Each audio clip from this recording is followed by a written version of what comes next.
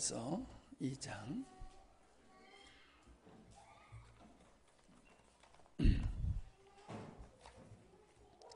요한일서 2장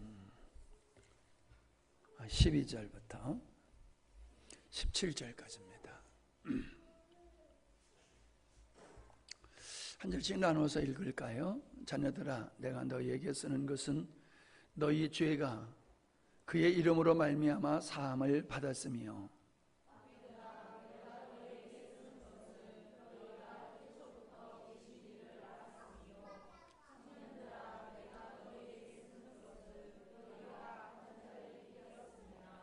아이들아, 내가 너희에게 쓴 것은 너희가 아버지를 알았으며 아비들아, 내가 너희에게 쓴 것은 내가 태초부터 계신 이를 알았으며 청년들아, 내가 너희에게 쓴 것은 너희가 강하고 하나님의 말씀이 너희 안에서 거하시며 너희가 흉악한 자를 이기었음이라.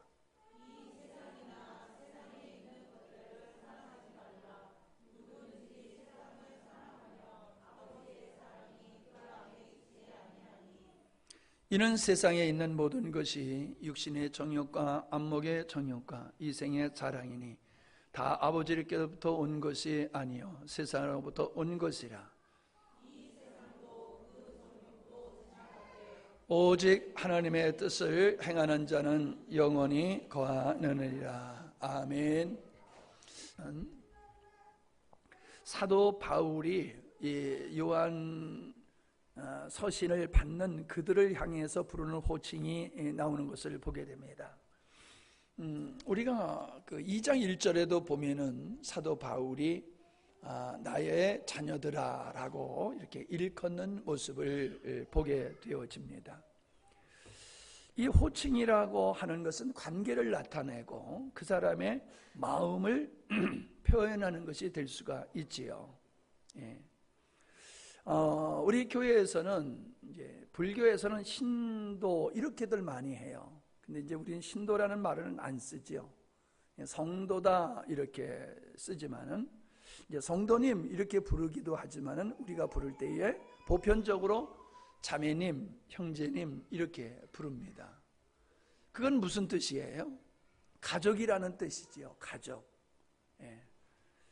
우리가 부를 때 형님, 누님 이렇게 부르는 것과 같이 자매님, 형제님 이렇게 부르는 것을 우리는 영적으로 그리스도 안에서 한 가족이다. 하나님을 아버지라 부르는 그분의 자녀된 자다라고 하는 우리의 의식이 호칭에 담겨져 있는 거지요. 근데 이것이 여러분 우리가 그냥 입술로 부르는 거하고 마음에서 우러나와서 부르는 거하고는 다르지요. 우리가 우리 서로를 대할 때에 우리 마음속에 지체의식을 갖고 한 가족의 개념, 의식이 우리에게 있는 상태에서 부를 때에는 정말로 그 따뜻함이 있고 진솔함이 있어요. 이제 흔히 우리가 일반적으로 사람을 부를 때 선생님 이렇게 많이 부르잖아요. 선생님은 사실 존경스러운 분이잖아요. 근데 우리가 누구를 부를 때 선생님 그렇게 부를 때에 그 사람 듣기 좋으라고 선생님 부르는 거고 싫은 소리 안 들으려고 선생님이라고 부르는 거지 내가 그 사람을 존중하는 마음이 있어서 선생님 이렇게 부르는 건 아니잖아요. 이제 그와 같이 이 사도 바울이 이 성도들을 향하여 부를 때 나의 자녀들아 혹은 청년들아, 아비들아 이렇게 부르는 것은 어떤 특정한 무리를 그룹을 호칭하는 것일 수가 있지만은 그보다는 그가 자기가 편지하는 자기의 편지를 받는 수신자인 그 성도들을 대하는 그의 마음이 호칭에 담겨져 있다라고 하는 것을 볼 수가 있어요. 그런 자세로 이렇게 보면요, 자녀들아라고 하는 말이 얼마나 소중한지 몰라요. 특별히 목회자가 제가 이제 목회를 하면서 느끼는 것은 옛날에나 옛날에도 그게 있었지만은 목회자가 성도를 보는 마음이 어떤 마음이 되냐면은 아비가 자녀를 보는 마음과 같아야 된다는 거예요. 그냥 내가 돌보는 양떼 무리다라는 개념이 아니다. 그게 아니고 내 자녀를 내가 책임지고 양육해야 되는 그 부모와 같은 심정으로 그리고 그 따뜻한 가슴으로 자녀를 바라보는 그런 마음이 목회자가 성도를 바라보는 그런 마음이 되어야 된다. 그리고 성도들도 그렇게 목회자를 바라볼 때에 갖는 마음이 육신의 어머니가 있음과 같이 영적으로도 우리의 아버지가 있다, 어머니가 있다라고 하는 그런 개념으로서 서로가 아름다운 관계를 가질 때에 이 신령함이 서로 교통이 되는 거지요. 공유가 되어지는 거지요. 진리라고 하는 것은 지식으로만 전달되는 게 아니더라고요. 진리는 지식으로 전달되는 게 아니라 사랑하는 가슴에 의해서 진리가 서로 공유되어지게 되어지는 것을 보게 되어집니다. 그래서 우리의 서로 사랑하는 인식과 사랑하는 마음이 호칭 속에 아름답게 담겨지는 것이 참 귀하다라는 생각을 가지면서 이 자녀들아, 청년들아, 아비들아 라고 하는 이 모습은 바로 이 수신자들의 영적 상태를 놓고 하는 호칭이다라고 볼 수가 있다는 거지요. 예수님을 믿었어. 그래서 우리 같은 식구야. 영적으로 하나님의 자녀가 되었어. 그러나 그가 영적으로 태어났지만은 어린아이와 같다라고 하는 거지요. 그분이 나이가 어떻게 되든지 사회의 지위가 어떠한 신분과 지위를 가지고 있든지 영적으로는 어린아이일 수가 있다는 거지. 그 사회적인 지식의 수준이 그 사람의 영적 수준하고 같이 가는 게 아니라는 거예요. 또한 오래 예수 믿었다고 해서 그 경력이 그 사람의 영적 수준을 보장하는 것은, 나타내는 것은 결코 아니라는 거지요.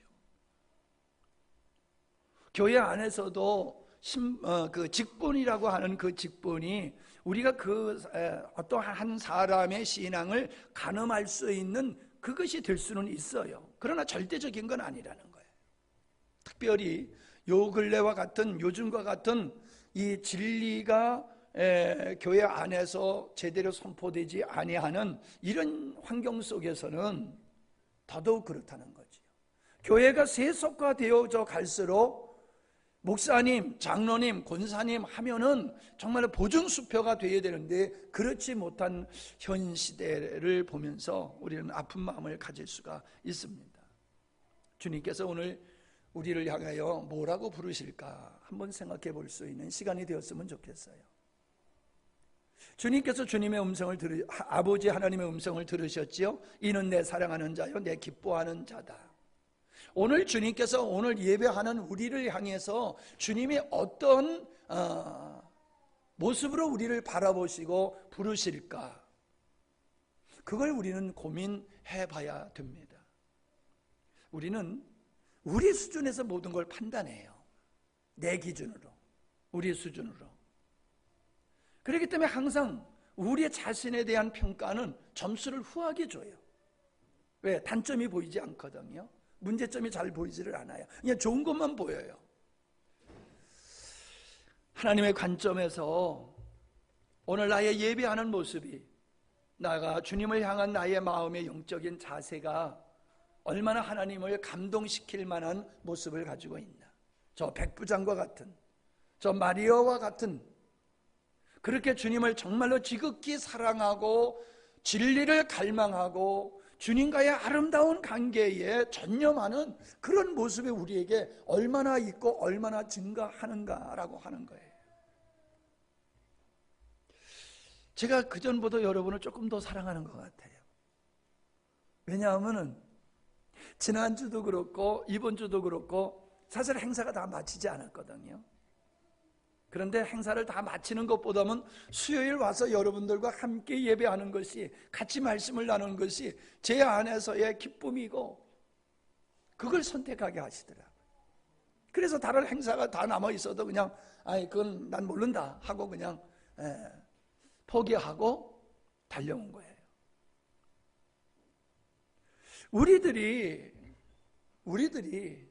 하나님을 향해서 얼마만한 갈망을 가지고 우리가 살고 있는가? 주님이 우리를 보실 때에 정말로 주님만 바라보는 우리들의 모습을 보시고 주님이 만족하시는가? 그런 것들을 우리는 주님이 우리를 부르시는 그 호칭 속에서 우리를 돌아보는 그런 시간을 갖는 게 좋겠습니다. 자, 먼저 보면은 자녀들아, 아비들아, 청년들아, 또 반복해가지고 자녀들아, 아이들아 이렇게 부르죠. 자녀들을 아이들아 이렇게 부르기도 하고, 역시 아비들아, 청년들아 이렇게 반복해서 두 번을 이렇게 부르시는 모습을 보게 됩니다. 자, 자녀, 우리가 하나님의 자녀다라고 하는 것은 분명히 구원을 전제로 하는 거지요. 자매님, 형제님, 주님 안에서 우리가 같은 형제 자매다라고 하는 이 인식도 구원이라고 하는, 하나님께 구원받았다라고 하는 그 전제하에서 우리는 그러한 관계를 갖고 호칭을 할 수 있다는 거예요. 그런데 거기에 중요한 것이 어떤 말씀하고 있냐면은 너희 죄가 그의 이름으로 말미암아 사함을 받았다라고 말씀하고 있다는 거예요. 우리가 하나님의 자녀가 되는 근본적인 요건이 있는데 그게 죄 사함을 받는 것이다 라고 하는 겁니다. 죄 사함을 받는 것이다. 여러분, 우리는 죄 그러면 늘 항상 그 악한 행위, 뭐 나쁜 말, 뭐 거짓, 다른 사람에게 피해를 주는 뭐 등등 이런 것을 우리가 먼저 생각을 합니다. 맞아요. 그리고 도덕과 윤리적으로도 어긋나는, 그리고 사회 정서에 역행하고 모든 사람을 힘들고 불편하게 만드는 이런 행동들을 우린 죄라고 생각을 합니다. 맞습니다. 근데 제가 늘 여러분에게 강조하는 걸 여러분이 얼마나 인식하고 있는지 모르지만은, 모든 죄는 하나님 앞에 죄지만은 그걸 더 분리한다라고 하면은 사람에게 짓는 죄가 있고 하나님께 짓는 죄가 있다는 거지요.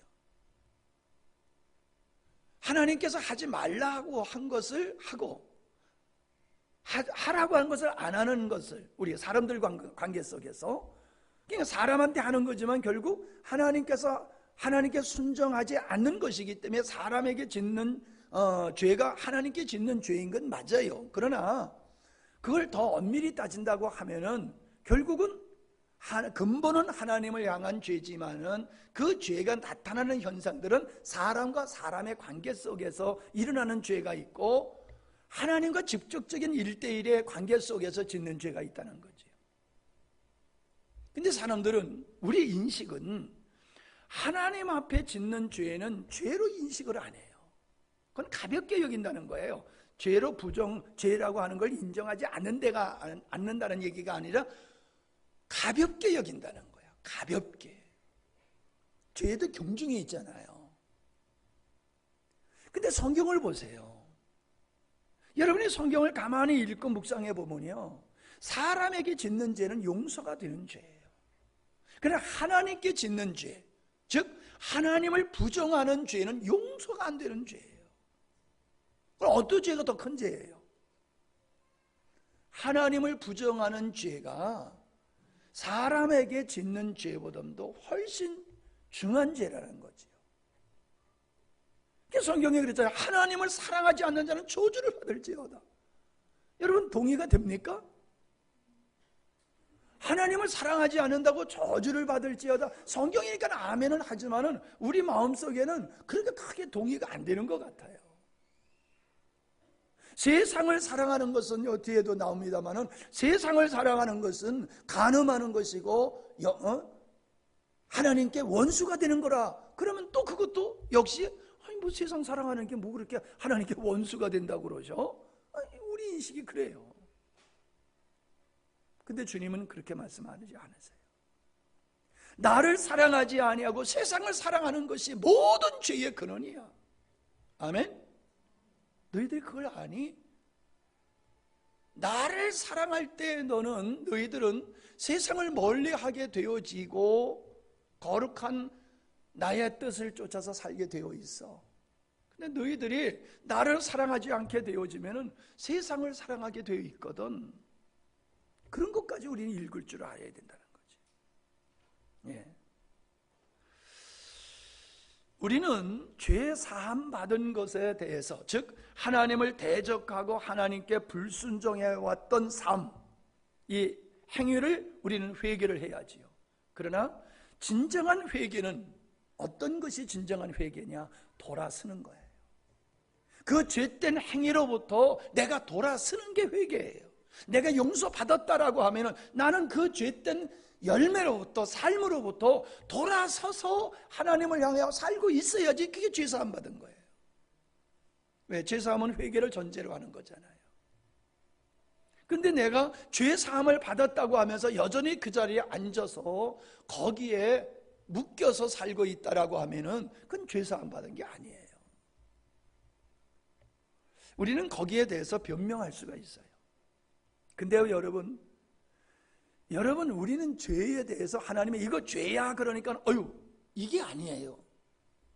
이제 우리는 성숙한 그리스도인으로 나가게 되어지면요, 죄에 대해서, 죄에 관해서는 내 안에 싫어지는 성향이 생기는 거예요.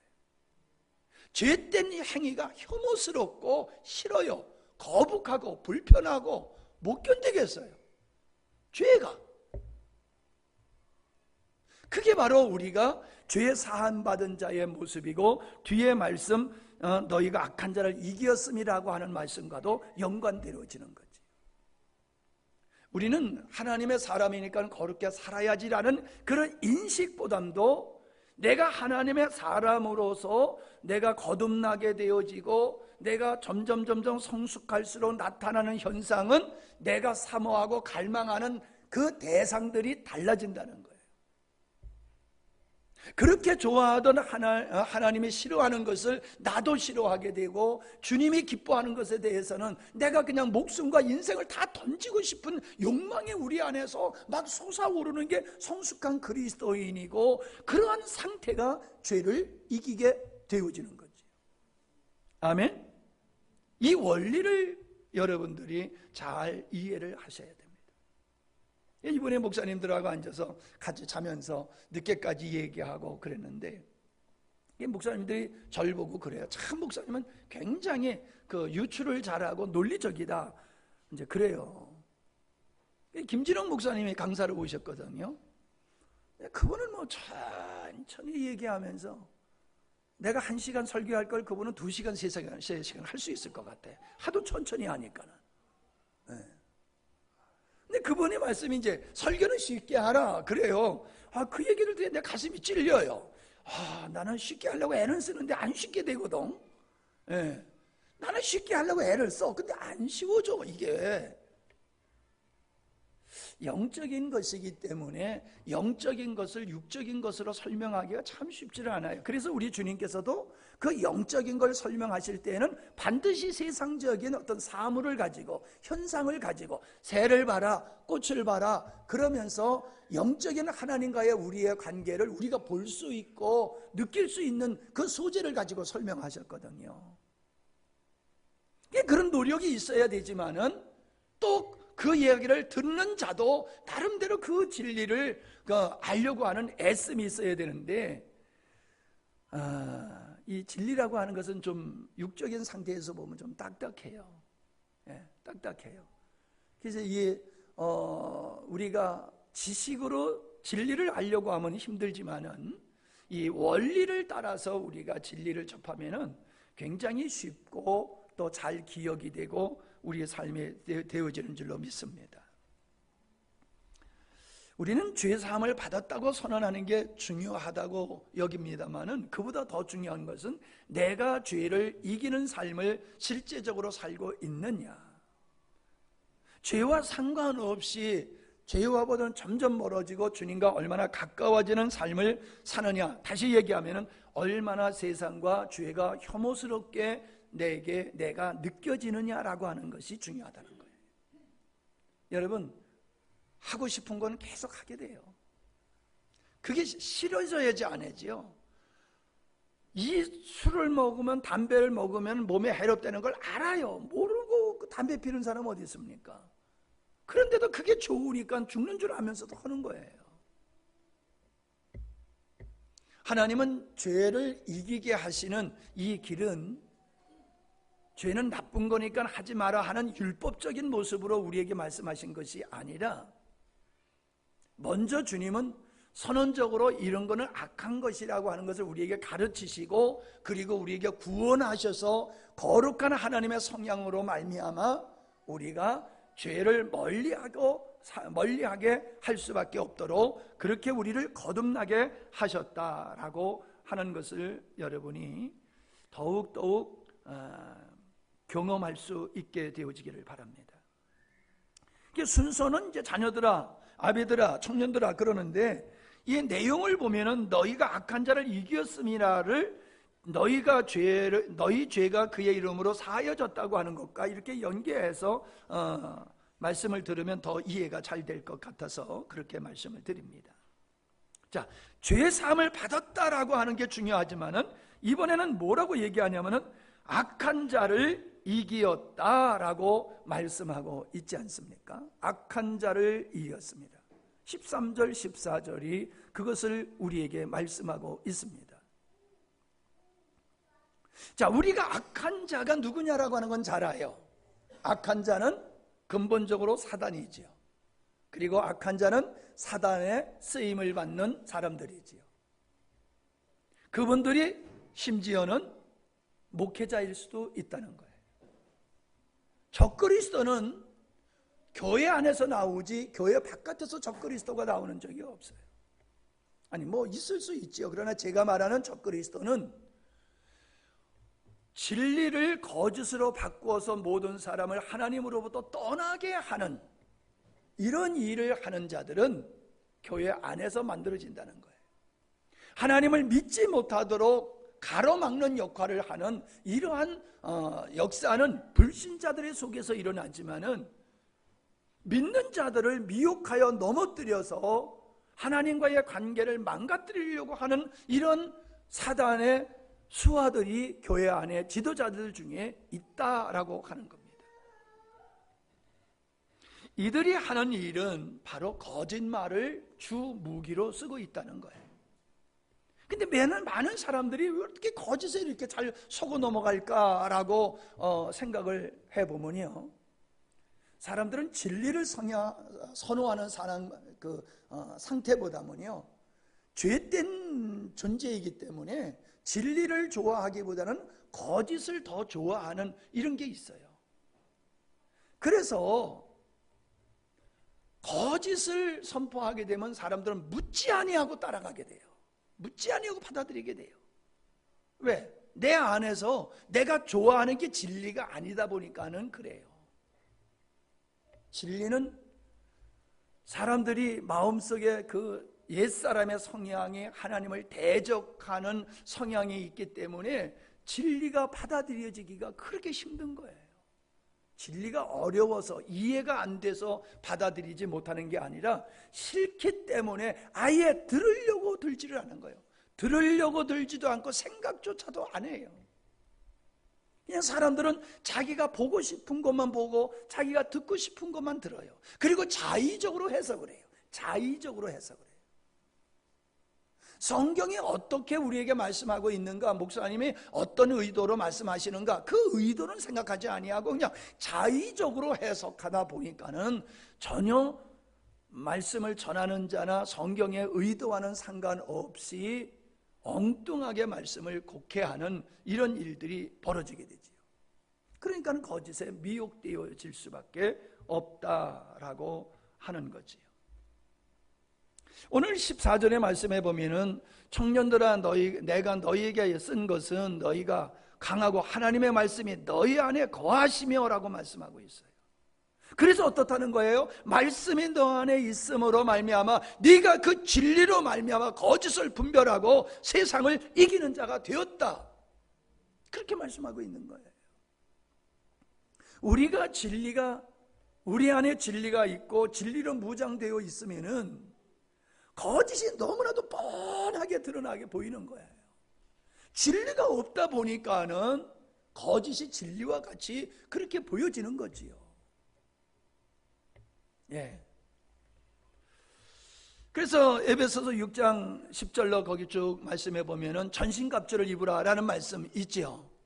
여러분 기억나지요? 전신갑주를 입으라. 전신갑주를 입으라는 말이 뭡니까? 말씀으로 진리로 무장하라라고 하는 겁니다. 여러분, 우리가 살고 있는 이 시대는 우리가 즐길 수만 있는 시대가 아니에요. 우리가 살고 있는 이 시대는, 이 시대를 가리켜서 에베소서 2장 1절과 2절에서는 세상을 주관한 자가 마귀다, 그렇게 말하고 있어요. 악한 자, 마귀가 세상을 주관하고 있다. 할 수만 있으면 믿는 자들까지도 미혹하여 넘어뜨리려고 하는 존재가 있다는 거죠. 우리는 아이들에게 학교 갔다 오면, 바깥에 나갔다 들어오면 손 씻어라고 얘기합니다. 밥을 먹을 때 야, 손 씻고 밥 먹어, 그래요. 보이지 않지만은 위생을 잘 관리하지 아니하면 질병에 걸릴 수 있다는 걸 우리는 알아요. 이제는 아이들이 볼 때는 깝깝하죠. 왜 이렇게 귀찮게 맨날 손 씻어라, 손 씻으라. 우리는 영적으로도 하나님의 역사와 더불어서 하나님을 대적하는 이 악한 세력들, 악한 자가 세상을 주관하고 믿는 자들을 위협하고 넘어뜨리려고 하는 계계를 한시도 끊치지 아니하고, 잠시도 끊치지 아니하고 성실하게 그 일을 악한 자들이 하고 있다는 거예요. 그렇기 때문에 1차적으로 우리는 어떻게 해야 돼요? 진리로 무장해야 되고, 두 번째 어떻게 해야? 깨어 있어야 된다는 거예요. 깨어 있으면 돼요. 깨어 있으면은 미혹받지를 않아요. 그러나 깨어 있지 않게 되어지면은 우리는 미혹되어서 넘어질 수 있다라고 하는 거지요. 그러나 우리는 두려워할 필요가 없지요. 왜요? 우리가 마귀를 이길 수 있는 능력이 우리에게 없어요. 근데 로마서 우리가 8장 37절을 보면은 예수 그리스도로 말미암아 넉넉히 이기느니라. 아멘. 우리가 이김의 근거는 나에게 있는 게 아니라 예수 그리스도로 말미암아 넉넉히 이기게 된다라고 말씀하고 있습니다. 그러니까 뭡니까? 우리 안에 진리가 있어야 되고 예수 그리스도 안에 있어야 되는 거죠. 그럴 때에 우리는 이기는 자가 되는 거예요. 온 천지가 물로 가득 찼었지만은 방주 안에 있었던 노아의 가족들은 영향을 받지 아니하고 구원을 받았잖아요. 홍수를 이겼잖아요. 사망을 이겼잖아요. 우리가 세상을 이기는 방법은 인간의 의지와 노력과 열정으로 되는 게 아니에요. 주님 안에 있을 적에 주님으로 말미암아 우리는 세상을 이기는 역사가 이루어지는 걸 경험할 수 있게 될 줄로 믿습니다. 이겼을 때 여러분 어때요? 기분 좋아요? 나빠요? 운동했을 때 이겼을 때 기분 좋아요? 나빠요? 좋잖아요. 우리 맨날 이기는 기쁨을 가지고 살아야 돼요. 맨날 이기는. 여러분 영적으로 실패했을 때 얼마나 기분이 나쁩니까? 내가 조금 전에 실패했거든요. 왜 실패했느냐 하면은 굉장히 피곤해가지고 와서 이제 씻고 조금 이제 좀 쉰다고 잔다고 했는데 그냥 푹 빠져버린 거예요. 사모님이 일어나라고 그러는데 7시 20분이에요 그러는 거야. 근데 짜증이 확 나버리는 거예요. 근데 사실은 감사하지. 그때라도 깨웠으니 다행이지. 여기 찬송하는데도 목사님 안 일어나서 어떻게 할 뻔했어. 그런데 이제 나는 짜증이 확 나는 거예요. 아니 이 양반 뭐 설교는 아무렇게나 하면 그냥 뭐 설교가 줄줄줄줄 나오는 줄 알아? 내가 설교 준비는 뭐 거기서 좀 이렇게 묵상하고 했지만은 그걸 좀 정리를 해야 되잖아. 설교 이렇게 묵상하면서 준비한 걸 좀 정리를 하는 시간이 있어야 되는데 그것도 밥 먹으라고 깨워서 밥 먹으라고 설교 준비하라고 깨운 것도 아니고 그러니까 짜증이 확 나버리는 거예요. 그런데 얼마나 기분이 나쁜지 몰라요. 내 안에 내가 짜증을 내고서는 내 안에 얼마나 불편하고 얼마나 그게 싫은지 몰라요. 이게 은혜인 줄로 믿습니다. 그게 싫어져야 돼요. 그런 게. 왜? 내가 주님 안에 있게 되어지면은 주님이 원치 않는 어떠한 생각과 마음과 현상들은요 불편함으로 나타나요. 내 영 안에 불편함으로 나타나요. 그 불편함이 내가 주 안에 있지 않다라고 하는 것을 우리에게 하나님께서 가르쳐 주시는 거예요. 그런데 우리가 주 안에 있지 않은데도 너무 편안하고 좋아. 이거 큰 문제예요. 나 환자가 왜 문제입니까? 아파야 되는데 안 아프잖아요. 손가락이 떨어져 나가면 아파서 난리를 쳐야 되는데 손가락이 떨어져 나가도 안 아프잖아요, 나환자들이. 그게 무서운 병이잖아요. 그래서 우리는 영적으로 이런 감각이 아주 예민해야 될 줄로 믿습니다. 영적인 감각이 있어야 돼. 그냥 뭐 아무런 감각이 없어. 그러면 그 사람은 심각한 영적인 질병에 빠져 있다는 거예요. 예. 그것은 주님의 은혜를 입기가 힘들다라고 하는 걸 입증하게 되어지는 거지요. 우리는 마귀를, 이 악한 자를 이기는 비결 중에 또 하나가 뭐냐 하면은요, 틈을 주지 않는 거야. 틈을 주지 않는 것. 그래서 성경 말씀에 보면은 마귀에게 틈을 주지 말아라 라고 말씀하고 있음이 보여져요. 그게 베드로 전서 4장 7절의 말씀이에요. 마귀가 틈타지 못하도록 틈을 주지 말아라. 여러분, 말도 아닌 사람하고 말을 하면 시험 들어요. 말도 아닌 사람하고 아예 말을 하지 말아야 돼요. 뭐 이겨보겠다고 뭐 어떻게 해보겠다고 하다 보면 시험 들어요. 그래서 성경에서는 이단자들하고는 인사도 하지 말아라 그랬어요. 왜요? 이단자들하고 가까이 지내다 보면 물들어. 자기도 모르게 물들어요. 그냥 틈을 주지 말라는 거야. 마귀가 역사할 수 있는 기회를 주지 말라는 거예요. 그게 뭐예요? 원천 차단이죠. 원천 차단. 원천 차단이지요. 그 원천 차단의 진짜 원천은 뭐냐? 주님 안에 거하는 거예요. 항상 기뻐하고 범사에 감사하는 삶을 살고 있을 때에는 마귀가 틈을 타고 들어올 수가 없어요. 원망, 불평, 짜증, 의심 이런 상태에 있게 되면 틈을 줘가지고 마귀가 들어오도록 문을 개방하는 거예요.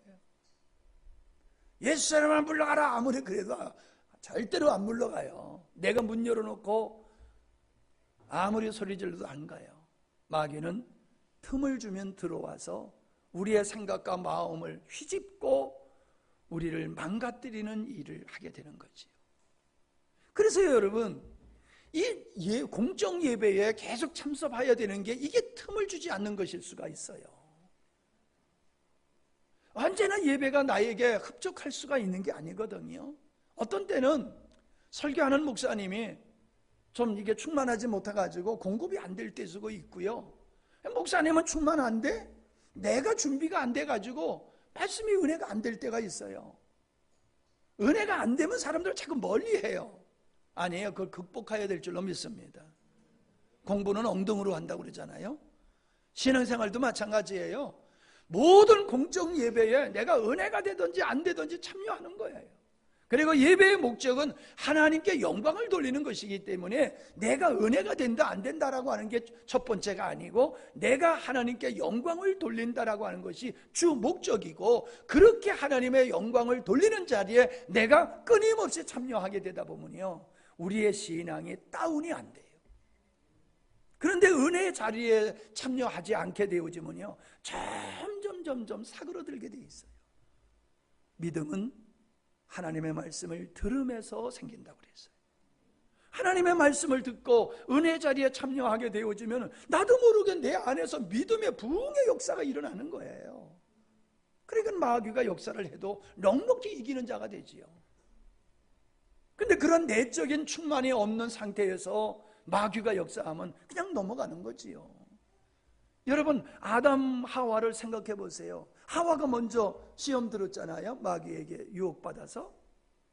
아담이 하나님과의 친밀한 가운데 있었다라고 하면요, 안 넘어졌을 거예요.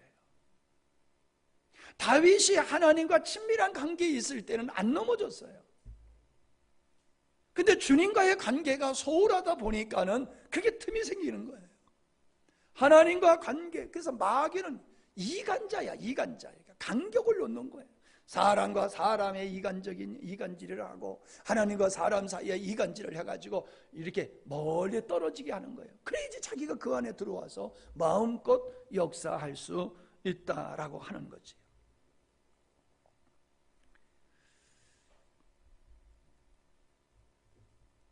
우리는 이 말씀 속에서 15절에 보면은 이 세상이나 세상에 있는 것들을 사랑하지 말라라고 하는 말씀을 접하게 되지요. 세상이라는 게 뭡니까? 우리가 살고 있는 이 모든 게 세상이잖아요. 이게 성경에서 세상이라고 표현하는 것은 사단의 영향력 아래 있는 것을 세상이라고 말하는 거예요. 그러니까 나쁜 것만이 세상이 아니라 좋은 것이라 할지라도 우리 모든 사람들이 다 좋은 거로 여긴다 할지라도 그것이 사단의 영향력 안에 있으면은 그게 세상에 되어지는 것이라는 거예요. 쉽게 얘기해서 돈. 여러분, 돈을 사랑하는 것은 일만하게 뿌리라고 그랬어요. 돈 자체가 악한 게 아니에요. 재물 자체가 나쁜 게 아니라고요. 근데 그 재물이 내 인생의 목적이 돼버려. 내가 자랑할 수 있는 것이 돼버려. 그걸 의지하고 그 힘으로 살려고 들어. 그러면 재물이 세상적인 게 되는 거예요. 여러분, 아름다운 모습을 가꾸는 거는 좋은 거예요. 근데 아름다운 모습을 통해서 내가 사람들한테 자랑하고 뽐내고 인정받고 그러고 싶으면 그게 세상 것이 되어지는 거예요. 모든 것은 하나님이 만드신 것이지만은 그 하나님을 위해서 만든 것들이 하나님을 위해서가 아니라 나를 위해서 사용하게 되어지고 마귀를 위해서 순종하게 되어지면 그 모든 것은 세상인 것이 되는 거예요. 예배도 나를 위해서 예배드리면요, 그 예배가 세상적인 것이 될 수 있는 거죠. 왜 하나님을 예배하는 데에 그 예배 가운데 하나님의 역사가 충만하지 않습니까? 하나님을 예배하는데 왜 그 예배 가운데 하나님의 역사가 충만하지 않냐고요. 그건 그 예배가 하나님의 목적이 아니라 내가 목적인 예배를 드리고 있기 때문에 하나님은 그렇게 역사하시지를 않는 것이다 라고 하는 것을 우리가 알아야 될 것 같습니다. 마귀는요, 그리고 세상엔 또 뭐냐면 하나님과 하나님의 뜻을 미워하고 대적하는 모든 체제, 일반인들이 살아가는 그 모든 체제가 세상 나라를 이루는 원리에 근거해서 살아가는 그 체계는 사회주의나 자본주의나 다 하나님이 보셨을 때에는 악한 것이 되는 거예요. 세상이 되는 거예요. 우리는 모든 우리가 자본주의를, 자유민주주의를 우리가 더 선호하고 좋아하는 것은 그게 성경에 가깝기 때문에 그런 거예요. 성경에 가깝기 때문에. 사회주의는 성경하고 멀어요. 하나님을 대적하는 제도예요. 그렇기 때문에 우리는 그거를 용납하지 못하고, 그래서 6.25 때 교회가 그렇게 핍박을 당하고 많은 분들이 순교를 당했고, 북한의 통전부에 남한의 교회를 무너뜨리는 부서가 있다고 그러잖아요. 남한의 교회를 어떻게 하면 무너뜨릴까? 이것만 연구하고 이것만 적극적으로 그걸 추진하는 그런 부서가 북한에 있다는 거예요. 남한을 척화하기 위해서 최대의 걸림돌은 교회다. 교회를 무너뜨려야지 남한을 척화할 수 있다. 이게 그들의 판단이에요. 이런 체제가 세상이라는 거예요. 그런 체제를 우리는 대적해야 되고 그런 체제를 멀리해야 되는 것이다 라고 하는 것이지요. 예. 사단이 역사하고 있는 현장은 특별한 장소가 아니에요. 술집에서만 마귀는 역사하고, 교회 안에서는 마귀가 역사 안 하는 게 아니에요. 교회 안에서도 마귀는 역사해요. 술집에서만 역사하는 게 아니라. 우리는 우리의 마음속에서도 마귀가 역사하는 현장이 될 수가 있어요. 내가 나를 따라 살고 육체의 정욕을 쫓아 살게 되어지면 내 마음이 사단이 일하는 현장이 돼버려요. 내가 주님을 바라보게 되면 주님이 일하시는 현장이 될 수가 있어요. 똑같은 장소인데 이게 마귀가 일할 수 있는 장소가 되기도 하고 하나님이 역사하실 수 있는 장소가 우리 마음이라는 거예요. 우리 마음. 그래서 내가 육을 선택하느냐 하나님을 선택하느냐에 달려서 우리의 마음이 지옥이 될 수도 있고 천국이 될 수도 있다라고 하는 거지요. 마태복음 6장 24절에 보면 두 주인을 섬길 수 없다라고 말하고 있습니다. 여러분, 두 주인을 섬길 수 없지요. 우리가 세상도 사랑하고 하나님도 사랑한다고 하는 것이 불가능함에도 불구하고 많은 사람들이 세상과 하나님을 같이 섬기고 있어요. 그러면 이건 연약함이나 가짜라는 거지요. 연약함이나 가짜라는 거예요. 우리가 하나님을 사랑하면 세상을 사랑하지 않게 돼요. 근데 내가 세상을 지금 사랑하고 있다라고 하는 것은 내가 하나님을 사랑한다는 것이 이게 정상이 아니라는 거예요. 비정상이라는 거예요. 혹은 가짜라는 거예요. 하나님 사랑하면은 세상을 우리는 사랑하지 않게 돼 있어요. 절대로 사람은 두 주인을 섬길 수 없는 것이 하나님의 만드신 인간이에요. 그러기에 우리가 두 사이에서 머뭇머뭇거리는 것은 차지도 아니하고 뜨겁지도 않기 때문에 주님이 토해버리겠다고 그랬잖아요. 차지도 아니하고 뜨겁지도 않으니까 내가 토해버리겠다. 여러분, 우리는 세상도 사랑하고 하나님도 사랑하면서 적당히 예수 믿고 이 세상에서도 즐기고 살다가, 그 즐김은 세상적인 즐김을 얘기하는 거죠. 세상적인 즐김도 누리고 살다가 죽어서는 천국까지 가겠다. 아니에요. 하나님의 백성은 세상을 놔야 돼요.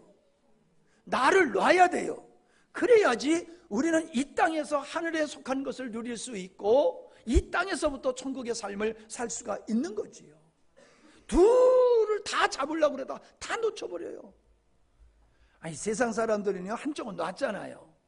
그죠? 세상 사람들은 하나님을 놨잖아요. 세상만 선택했잖아요. 근데 예수 믿는 사람은 다 잡고 있다니까. 천국도 가고 싶고 저것도 괜찮은데 이게 못 놔, 이걸 못 놔. 그러니까 회색지대에 있어가지고 세상에 가보면은 그들과 똑같고 교회 오면은 훌륭한 집사님 같고 하나님 앞에서는 그게 받아들일 수가 없다라고 하는 거지요. 성경에서는요, 간음의 죄를 아주 크게 다루고 있어요. 근데 자꾸 우리는 이 간음의 죄를 육신의 간음으로만 국한시키는 경향이 커요. 사실이거든요. 또 그것도. 근데 그렇게 혐오스럽고 사람들이 싫어하는 그 간음이라고 하는 것을 하나님은 왜 그거를 사용하시느냐 하면은 하나님도 그렇게 싫어한다는 거예요. 하나님도 성도들이 하나님도 사랑하고 세상도 사랑하는 것을 간음하는 것과 같이 여기신다는 거예요. 그래서 뭐라고 그러셨어요? 하나님은 질투하는 하나님이다. 뭐하는 하나님? 질투하시는 하나님. 여러분, 사랑할수록 질투는 커지는 거예요. 사랑할수록 질투는 커지는 거예요. 하나님이 우리를 얼마나 사랑하시는지 우리가 세상을 사랑하는 것을 지켜보실 수만은 없다는 거예요. 질투하셔서 우리의 잘못된 걸음을 꺾어버리고 오직 주님만 사랑하도록 이끌어 가시는 분이 우리의 신랑 되시는 주님이신임을 믿으시기를 바랍니다. 예. 그 다음에 세 번째를 보면 아비드라라는 말씀을 하면서 아비드라, 태초부터 계신 이를 네가 알았다. 아비드라, 성장한 그리스도인의 모습을 표현하는 것이라고 볼 수가 있어요. 저는 여러분들이 다 아비가 될 수 있기를 바랍니다. 영적으로 성장한 자라.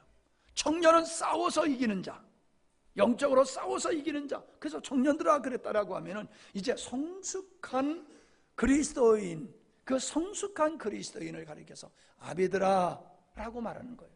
원로와 같다는 거지요.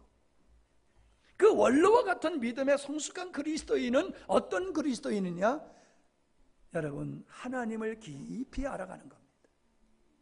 하나님을 깊이 알아갈 때에 영적인 성숙한 그리스도인이 되는 거예요. 성경을 많이 읽어서 성경을 많이 암송해서 아니에요. 성경을 아무리 읽어도 하나님을 모르는 사람이 있어요. 그런데 신앙생활을 얼마 안 했는데 하나님을 알아가는 걸 탁월한 사람이 있어요. 이게 은혜인 줄로 믿습니다. 하나님을 알아가는 분량이 믿음의 분량이에요. 하나님을 알아가는 분량이 우리의 삶의 능력과 비례한다라고 하는 것입니다. 하나님을 아는 것이 축복 중에 축복이에요. 여러분, 세상의 지식은 초등학생이 대학교 갔다 논다고 그 공부가 되겠어요? 안 되지요. 그런데요, 하나님을 아는 것은 젊은 사람이나 연세 드신 분이나 많이 배운 사람이나 안 배운 사람이나 상관없어요. 누구나 다 하나님을 알아갈 수 있어요. 하나님을 알아가는 것만큼 내 믿음이 생기고, 하나님을 알아가는 것만큼 내 안에 평강이 있고, 하나님을 알아가는 것만큼 세상을 이기는 능력이 우리 안에서 형성이 되는 줄로 믿습니다. 하나님을 알아가는 기쁨이 너무 재밌어요. 하나님을 알아가는 기쁨이 나의 삶을 점점 아름답게 만들고 가치 있게 만들고 존귀한 삶으로 내가 그렇게 바뀌어져요. 하나님을 알수록.